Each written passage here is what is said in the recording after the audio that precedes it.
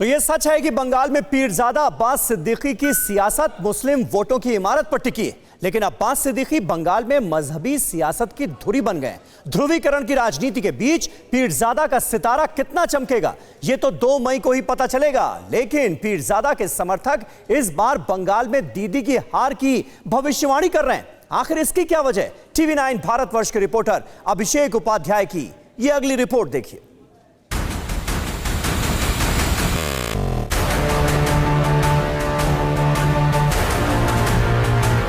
देखिए एक खून है, देखिए किस तरीके से टीएमसी गुंडागर्दी कर रहे हैं। बंगाल फतेह की केसरिया हुंकार और दावों के पीछे दीदी के खिलाफ फुरफुरा शरीफ का यही मोर्चा है। আমরা ভারতীয়, আমরা গর্বিত। बीजेपी के बंगाल विजय के आत्मविश्वास के पीछे फुरफुरा शरीफ के पीरजादा अब्बास सिद्दीकी और उनके समर्थकों की यही गोलबंदी है जो दीदी के लिए बड़ी चुनौती बन गई है। दीदी के सामने पीरजादा की पार्टी आईएसएफ इसलिए भी चुनौती बन गई है क्योंकि हाल ही में अब्बास सिद्दीकी पर हमले का एक वीडियो खूब वायरल हुआ।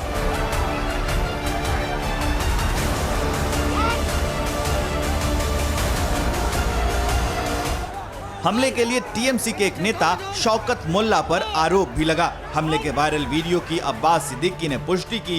अब उसके समर्थन में दीदी की पार्टी पर हमलावर हैं। हम लोग का एक आईएसएफ के जो कर्मी है ना उसको अटैक किया। अभी वो दिखा रहे थे भाईजान, उसका वो दिखा रहे थे। ये क्यों किया? तो बीजेपी है ना तो उसको ऊपर अटैक नहीं कर क्यों? और दूसरा पार्टी भी है तो क्यों नहीं अटैक कर रहा है? पर बीजेपी की भी कई लोगों पर अटैक हुआ, वो भी कहते हैं उन पे भी अटैक हुआ है। अटैक तो सब पर होता है। नहीं वो ममता का जब भतीजा है ना तो बीजेपी अभिषेक बनर्जी, हाँ उसने शारजा का पैसा खा लिया। अभी अमित शाह बोल अम्फान का भी खाया, शारजा का भी खाया। तो इसीलिए मतलब वो अमित शाह बुला रहा तुम्हारा भतीजा को अंदर कर देंगे, सीबीआई डाल देंगे। हाँ इसके लिए दीदी ने उसको 18 सीट पहले से ही दे दिया। अच्छा मुझे ये बताइए, ये जो बातें आप मुझे कह रहे हो, ये बातें आपको भाईजान ने बताई हैं या आपको लगता है? हम लोग आंखों से देख रहे हैं, समाचार में देख रहे हैं, लेकिन क्या बीजेपी का उसने लेके आया और उसके मिलजुल के मतलब सरकार बना रहा है। पीरजादा अब्बास सिद्दीकी और भाईजान पश्चिम बंगाल के चुनाव में एक ताकत बन चुके हैं। इसका इस बात से भी अंदाजा लगता है कि आईएसएफ के लोगों पर हमले हो रहे हैं लगातार। भाईजान का आरोप है कि टीएमसी के लोग ये अटैक करा रहे हैं। अभी उन्होंने यहाँ पर मंच से बाकायदा अपने कार्यकर्ता की शर्ट दिखाई जिस शर्ट पे खून के धब्बे थे। वो आरोप लगा रहे हैं कि टीएमसी लगातार अटैक कर रही है और उनको भी घेरने की कोशिश की जा रही है कि किसी तरह से आईएसएफ को काबू में किया जाए, क्योंकि अगर आईएसएफ बेकाबू हो गया तो टीएमसी की जीत की राह में रोड़े खड़े हो सकते हैं।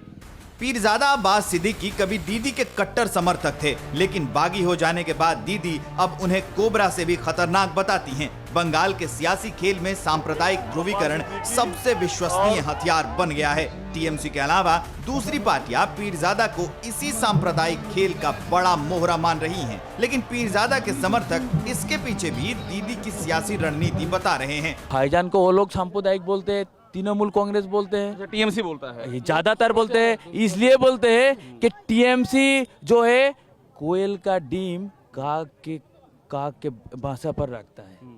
तो जो बड़ा होता है ना वो डीम को छोड़ के जब बड़ा होता है ना अंडा तो देखता है क्या शुभेंदु बनता है। टीएमसी का शुभेंदु से बीजेपी का शुभेंदु बनता है, टीएमसी का मुकुल से बीजेपी का टीएमसी बनता है। दोनों मिले हुए हैं।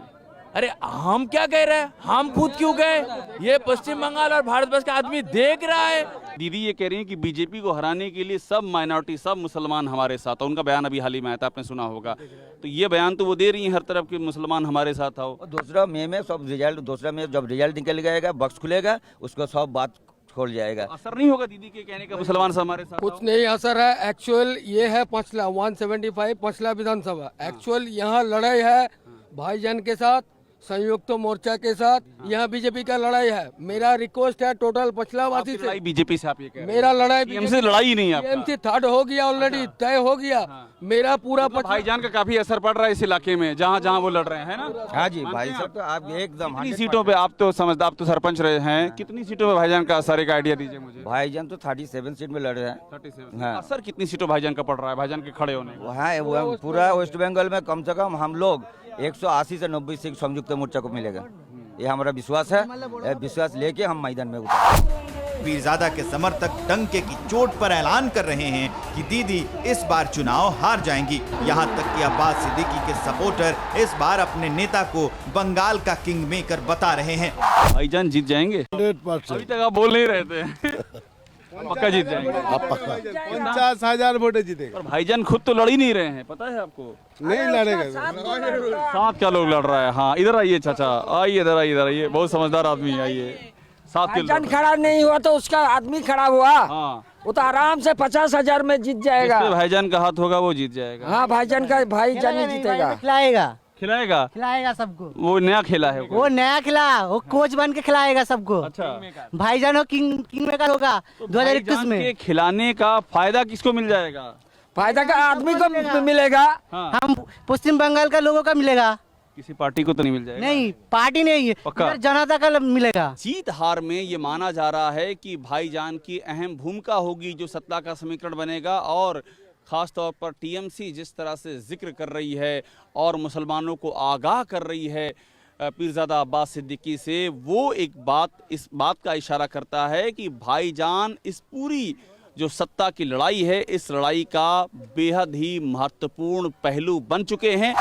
बंगाल में कुछ दिन पहले तक जो पीरजादा खेल का महज एक छोटा सा प्यादा माने जा रहे थे, अब वो घूम घूम कर दीदी को ललकार रहे हैं। जैसे जैसे चुनाव के एक एक चरण पूरे हो रहे हैं, दीदी के खिलाफ पीरजादा समर्थकों की गोलबंदी भी तेज होती जा रही है। लेकिन क्या अब्बास सिद्दीकी के लोग अपने नेता के कद और असर को जितना बड़ा बता रहे हैं, वो चुनाव के मैदान में हकीकत में भी बदलेगा?